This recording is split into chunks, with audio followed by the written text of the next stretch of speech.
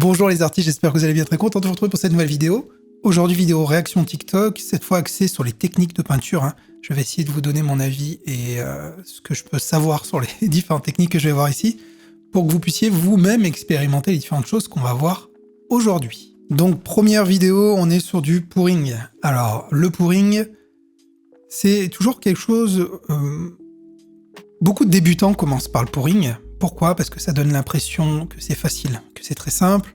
Et on se dit, bon, sachant que j'ai pas de technique, je vais expérimenter, je vais mettre un peu de peinture, ça a l'air facile, je vais faire pareil. Je vais mettre de la peinture, je vais mettre de l'eau, je vais voir ce qui se passe. Alors ça, mes amis, c'est une idée reçue. Le pouring, c'est assez compliqué et vous allez gaspiller beaucoup de peinture. Là, quand on voit une vidéo comme ça, on se dit, mais c'est facile. Et le résultat, waouh, il est magnifique. Croyez-moi, avant d'arriver à faire ce qu'on voit ici, avoir des belles teintes qui ressortent de cette façon avec des alvéoles, etc., c'est compliqué. C'est compliqué, c'est jamais évident. Et je vous invite à expérimenter. Vous pouvez expérimenter avec de la peinture et un médium à pouring qui va lisser votre peinture, la rendre plus liquide tout en gardant sa densité, sa couvrance. Et ça permet aussi d'éviter que les teintes se mélangent ou se mélangent de trop. Sinon, vous allez avoir un résultat qui est... les teintes ne vont pas se scinder les uns de les autres, vont se mélanger au séchage, et c'est quelque chose, en termes de résultat, c'est pas terrible. On voit ici qu'elle a déjà tous ses mélanges, qu'elle sait exactement où elle va, différentes teintes, et après un sèche-cheveux. Alors c'est un sèche-cheveux avec un filtre carré, enfin un embout carré, qui permet de concentrer un peu le jet d'air sur la peinture pour pouvoir un peu plus le piloter plus facilement. Vous pouvez aussi utiliser des capeurs thermiques. Pour les alvéoles, il y a aussi des techniques. Vous pouvez utiliser un chalumeau pour que les alvéoles ressortent. Les alvéoles, il y a plein de façons de faire. Entre autres, en utilisant de l'huile de silicone. Je vous ai souvent montré ça. Vous pourrez le retrouver dans mes vidéos. Voilà. Alors ici, on vous montre la technique de la peinture à l'éponge qui est très intéressante. On peut l'utiliser soit de façon circulaire ou en tapotant. C'est deux approches différentes. Vous pouvez mélanger facilement pour faire vos fonds la peinture grâce à l'éponge. Je vous invite vraiment à le faire. Par contre, n'oubliez pas, si vous utilisez des teintes vraiment très opposées les unes les autres, de nettoyer votre éponge. Là, elle ne le montre pas, mais elle le fait. Elle utilise soit des éponges différentes, soit elle les nettoie entre. Si vous utilisez une couleur foncée et que vous allez ensuite sur du clair, forcément, vous allez voir que ça va être assez compliqué. Mais vous pouvez de cette façon-là mélanger toutes vos teintes en tapotant aussi. Alors en tapotant, vous pouvez pratiquement tout faire avec une seule éponge sans la rincer. Là, ici, pour avoir ce rendu très aérien, aérien, voilà, c'est le terme, quelque chose de très fondu, on voit que le mouvement est très appréciable pour mélanger les teintes les unes aux autres. Donc je vous invite à le faire parce que c'est très facile et vous allez être vraiment agréablement surpris des résultats. Essayez avec des teintes au ton pastel. Par contre, c'est ce que je vous recommande de faire ici pour pouvoir retravailler après avec des glacis sur votre fond. Et alors là, le résultat sera incroyable. Mais des teintes pastel. Quand je dis pastel, c'est le contraire de saturé. Donc des teintes désaturées, pas des teintes acidulées. Alors là, vous avez quelque chose de très impressionnant. Enfin, je trouve que ça fonctionne très bien et c'est très malin. Quelqu'un qui a travaillé donc une peinture figurative, plusieurs peintures figuratives, et qui finit chacune de ses œuvres avec de la peinture liquide. Donc là, il ne faut pas se rater. Parce que quand on voit le travail qu'il y a sur la composition picturale des différentes œuvres, faire couler après par-dessus la peinture, il ne faut pas se rater. Parce que vous pouvez vraiment gâcher toute votre œuvre. Mais c'est ce qui donne vraiment beaucoup d'originalité. Surtout que là, j'avais jamais vu ça dans le sens où là, le fond est assez sombre. Il travaille souvent sur des niveaux de gris, donc on a du noir, du blanc, beaucoup de noir, et cette touche de couleur à la fin vraiment apporte un équilibre très puissant. Il y a beaucoup de puissance. Et voilà, c'est des idées qui peuvent être intéressantes à expérimenter.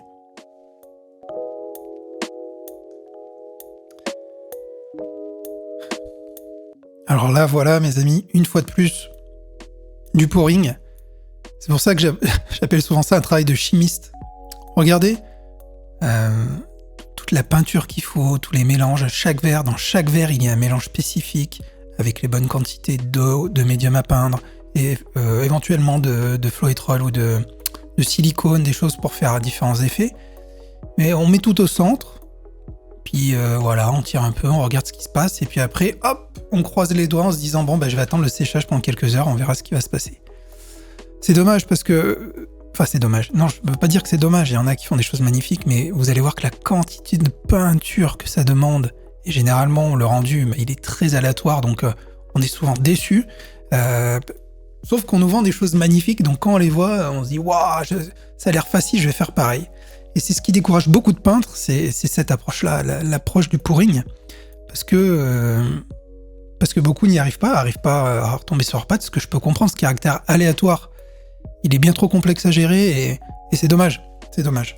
C'est bien de trouver un juste milieu, des fois de faire du pouring, de retravailler après en surface dessus. Voilà. Il y a plein de choses à faire.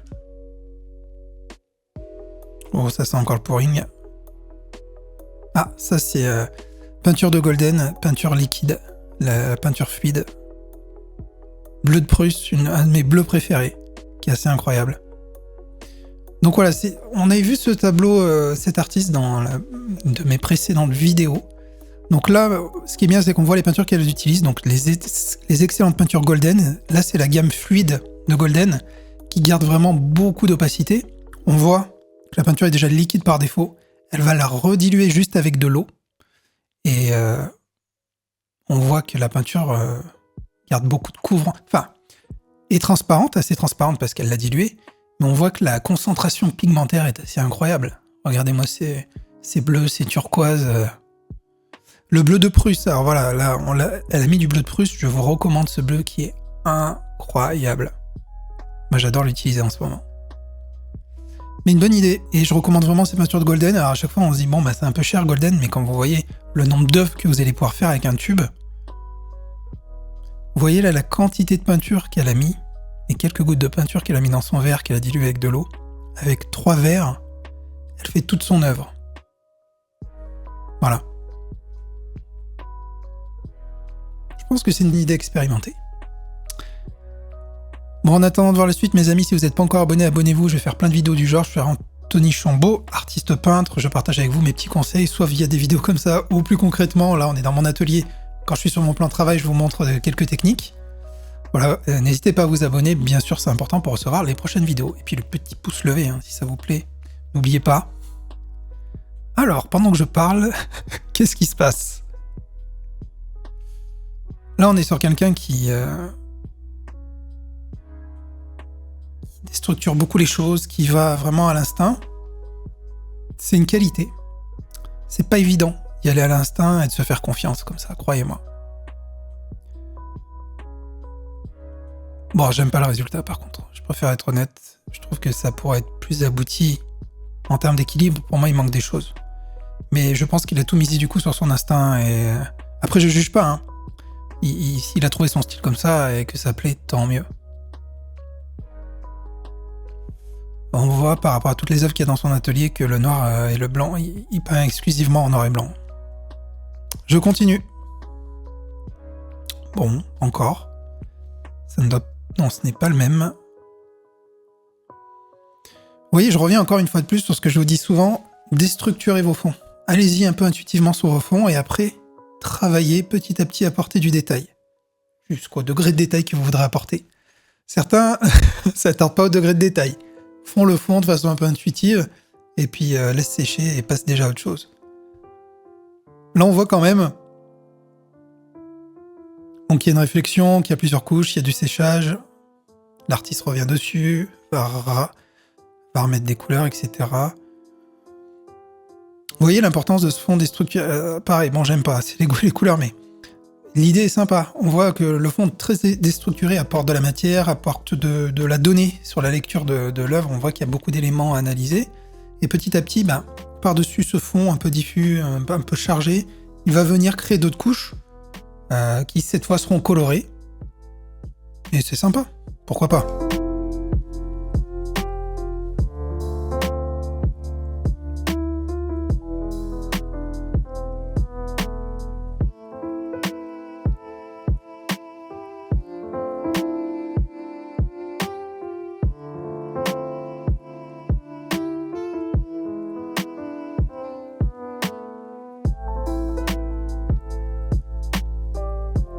Là, on a quelqu'un qui sait...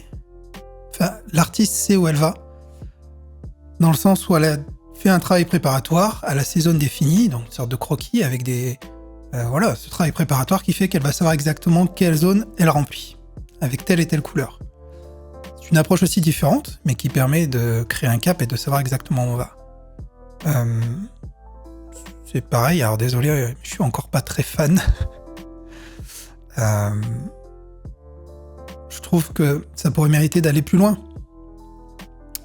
Certains n'attendent que du hasard, balancent de la peinture, et d'autres savent exactement où ils vont, mais ne font pas preuve de plus de curiosité.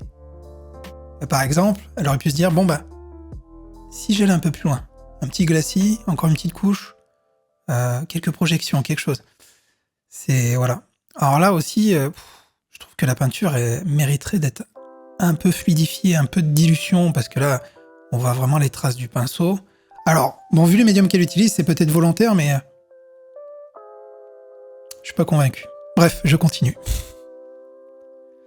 Un exercice très connu aussi quand on débute, ou pas, hein, vous prenez une brosse, une brosse plate, voilà, et vous allez vous amuser de cette façon-là à répandre vos différentes peintures. Ça, c'est un exercice qu'on fait généralement quand on débute pour s'habituer au mélange de couleurs et voir comment d'une teinte à l'autre vos mélanges vont se faire et comment la peinture va naître. On peut en faire une œuvre à part entière. Là, on voit qu'au bout d'un moment, ça devient grisâtre, c'est qu'il y a beaucoup trop de couleurs mélangées les unes aux autres. Donc quand on mélange trop de couleurs les unes aux autres, on commence à avoir un résultat un peu grisâtre et on n'a pas de valeur, c'est-à-dire que toute la lumière, généralement, on va être sur quelque chose d'un peu gris, qui sera ni acidulé, ni acidulé, ni ton pastel. On a quelque chose d'assez neutre et malheureusement, avec les chromas vont se mélanger, ça va devenir grisonnant et c'est généralement un effet qu'on ne veut pas. Ce qui est un peu dommage, ça veut tout simplement dire qu'on est un peu trop loin sur les mélanges. Généralement, on ne mélange jamais trop de teintes les unes aux autres, ou alors après, on va faire des mélanges optiques via des glacis pour arriver à nos fins. Mais c'est très très risqué de mélanger beaucoup de couleurs les unes aux autres. Mais au moins, via ce genre d'exercice, on peut se rendre compte de ce qui se passe. Et je pense que pour l'apprentissage, c'est une bonne chose.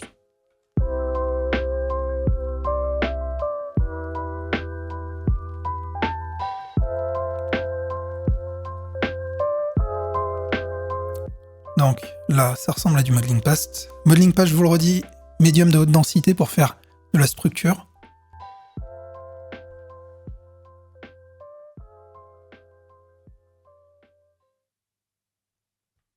Classique, au couteau. J'ai l'impression qu'on est entre gesso et modeling paste, ou alors un modeling paste faible densité.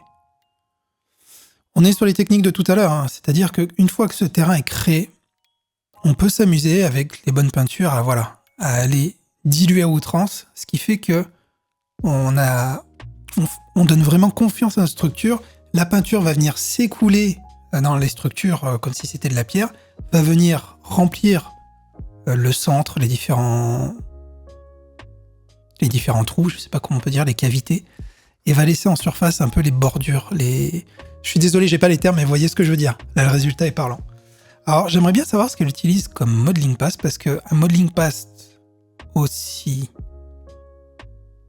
liquide et qui arrive à garder de la forme, ça doit être un modeling paste classique, pas haute densité, justement. Voilà, si vous savez, n'hésitez pas, les amis.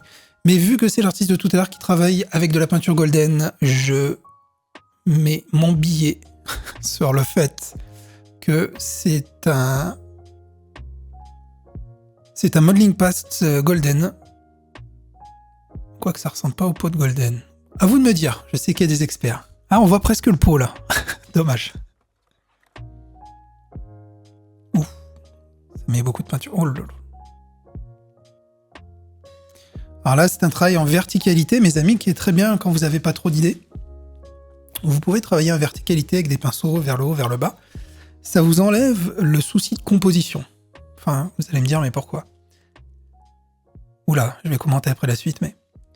En travaillant en verticalité, on a des choses qui vont apparaître, et on n'a plus à réfléchir sur l'angle de la composition, et généralement, on ne peut pas trop se tromper. On a juste à être vertical, j'en parle dans mon cours sur la composition. Après, bien sûr, vous allez faire des choix de couleurs, vous allez apporter de la valeur, un écart de valeur, vous allez jouer sur justement le contraste de vos teintes, soit par la couleur, soit justement par la teinte, par du noir, du blanc, etc. Mais là, ce qui est intéressant, c'est qu'au-delà du pinceau, voilà, comme elle le fait ici, vous pouvez faire un travail au couteau, ensuite faire des petites lignes dorées comme ici, ou alors blanches, noires, et vous allez voir que de cette façon-là, c'est très intéressant. Moi, je me serais arrêté, enfin, en tout cas, j'aurais pas mis ces feuilles d'or, feuilles d'or qui, je trouve, cassent complètement la composition, c'est dommage. Ce qui est intéressant, et moi je fais sur ce type de tableau, c'est creuser les valeurs en faisant des glacis sur certains endroits, sur les bords par exemple, sur le bas, avec des petits glacis avec du noir par exemple, ou de la terre d'ombre brûlée, de la terre d'ombre naturelle, qui va venir vraiment apporter de la lumière par le contraste, par la gestion des valeurs. Alors vous avez ici quelqu'un qui montre une technique pour faire les bords qui paraît incroyable, mais c'est très connu. Hein. C'est utiliser une éponge pour faire les bords. Vous avez encore plus simple, c'est d'utiliser un pinceau mousse. Vous aurez plus de précision, moins de peinture à mettre de partout sur votre éponge, et c'est exactement le même principe. Moi, je vous en ai souvent montré dans tous mes cours, je vous le montre. Je fais mes bords avec soit un rouleau en mousse, qui revient à de l'éponge, ou un pinceau mousse, qui est un pinceau avec une petite mousse carrée et une pointe très fine, qui vous permet justement de faire vos bords comme ça, sans que ça déborde. C'est beaucoup plus simple que le pinceau. Ça se lave bien, et le coût est moindre. C'est vraiment quelque chose qui est pour moi parfait pour les bords. Le pinceau, moi je l'utilise aussi pour le vernis, qui est très bien. Et d'ailleurs, certains vernissent leur tableau à l'éponge. Je connais plein d'artistes qui utilisent leur vernis et Liquitex, le même que j'utilise, en mettant des coups d'éponge dessus, mais c'est pareil, votre éponge après elle est pleine de vernis. Alors qu'avec un petit pinceau mousse, ça fait bien le travail. Ça sera ma petite astuce du jour.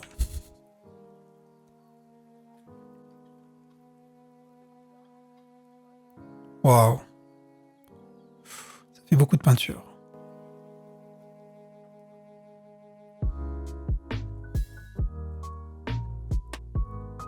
J'ai hâte de voir ce que ça va donner.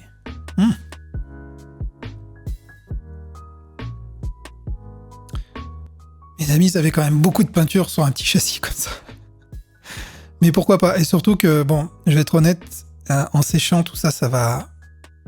Vu la peinture qui est utilisée, je pense que ça va s'affaisser. Donc là, elle le montre, bien entendu, pas sec. Donc les teintes sont encore...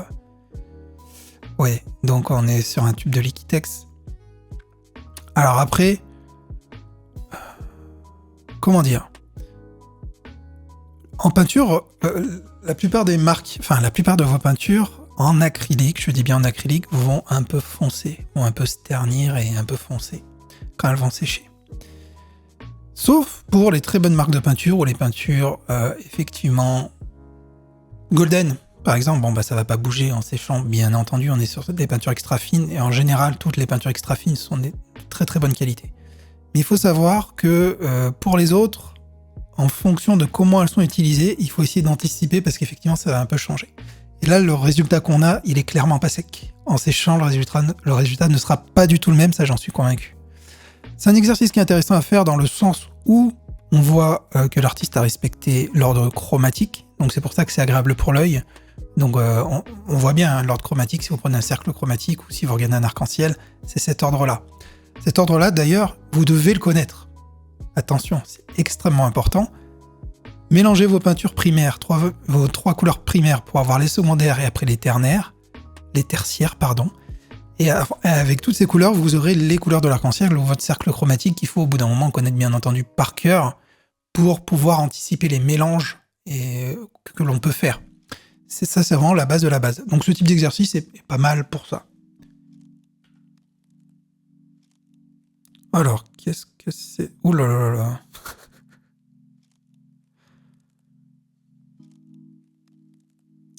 Bon, c'est la journée gaspillage de peinture. Non, pourquoi pas? Pourquoi pas? Bon, j'espère qu'il n'a pas pris la pelle... Enfin, c'est une pelle... les pelles qu'on utilise avec les balayettes pour le sol. J'espère qu'il n'a pas pris celui de sa maison. Sinon, on va se faire engueuler. Parce qu'il ne sera pas réutilisable après, ça c'est sûr. Mais pourquoi pas? J'ai toujours dit aussi, c'est l'audace et l'expérimentation qui vous amènent à faire des choses intéressantes. Certains vont s'intéresser à vous grâce à ça justement, Quand vous apportez des choses nouvelles, parfois, beaucoup ont des idées qui n'ont jamais été encore exploitées et qui arrivent comme ça, on se dit « Ah bah oui, il suffisait d'y penser ». Et donc là, l'initiative, pour ça, je la trouve intéressante. Après le rendu, je suis pas fan. Oula, gros châssis. J'aime bien ce petit début, ce début un peu humoristique, car on voit à chaque fois ceux qui tournent leur toile comme ça, vous le voyez tous sur Instagram, même moi je l'ai fait. On tourne doucement notre toile avec une musique un peu épique derrière.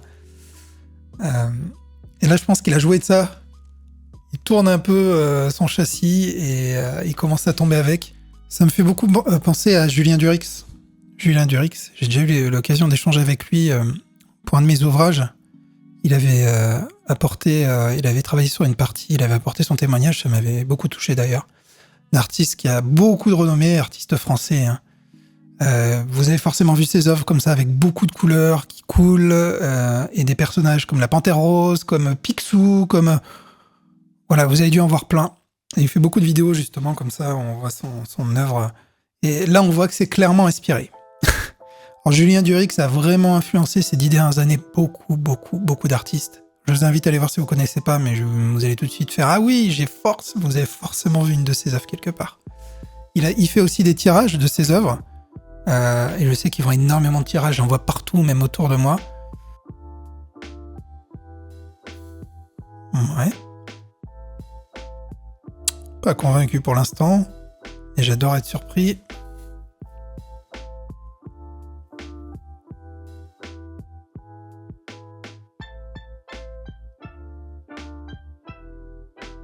Non, désolé.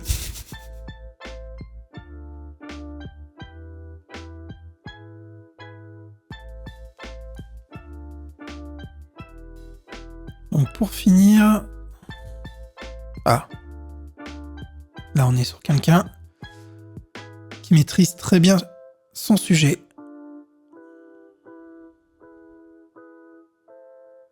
Waouh, ces couleurs.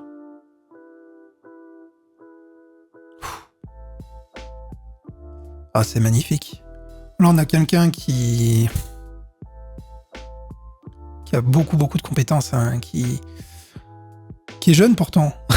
Après, l'âge n'a rien à voir, mais on voit que c'est quelqu'un qui sait exactement... Enfin, le dessin est magnifique, les teintes, l'univers, le style... assez incroyable, je suis vraiment fan. Ce qui me fascine, c'est... On en revient sur ce que je disais tout à l'heure. Pourtant, on a une partie figurative, mais le reste, il y a beaucoup... On pourrait croire de l'aléatoire, mais c'est très contrôlé. C'est très contrôlé.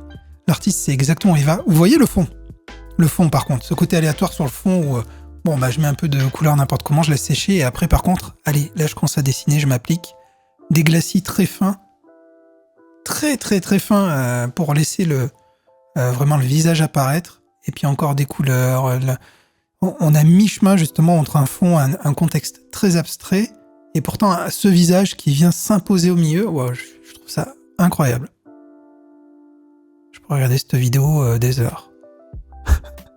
On voit l'atelier, les types de peinture, la configuration, la maîtrise de l'artiste. Enfin, ouais, c'est quelqu'un, je pense, qui en fait... c'est son métier, forcément. Enfin, j'espère, en tout cas. Sinon, il faut vite 1,5 million d'abonnés. Donc oui, je pense que... Là-dessus, il n'y a pas de souci à se faire pour elle. Magnifique, en tout cas, félicitations.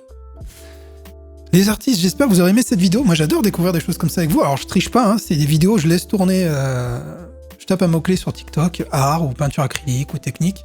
Je regarde un peu ce qui se passe et puis je m'étais dit c'est intéressant de partager ça avec vous plutôt que de regarder moi ça tout seul. D'habitude je passe sur TikTok et là cet échange, enfin... Alors des fois bien sûr je vous apporte ma vision à moi. Ça vaut ce que ça vaut, c'est sans prétention, vraiment. Moi je fais mon truc et chaque artiste fait son truc. Mais je trouve que c'est intéressant de commenter comme si vous étiez avec moi et qu'on parlait peinture quoi, tout simplement.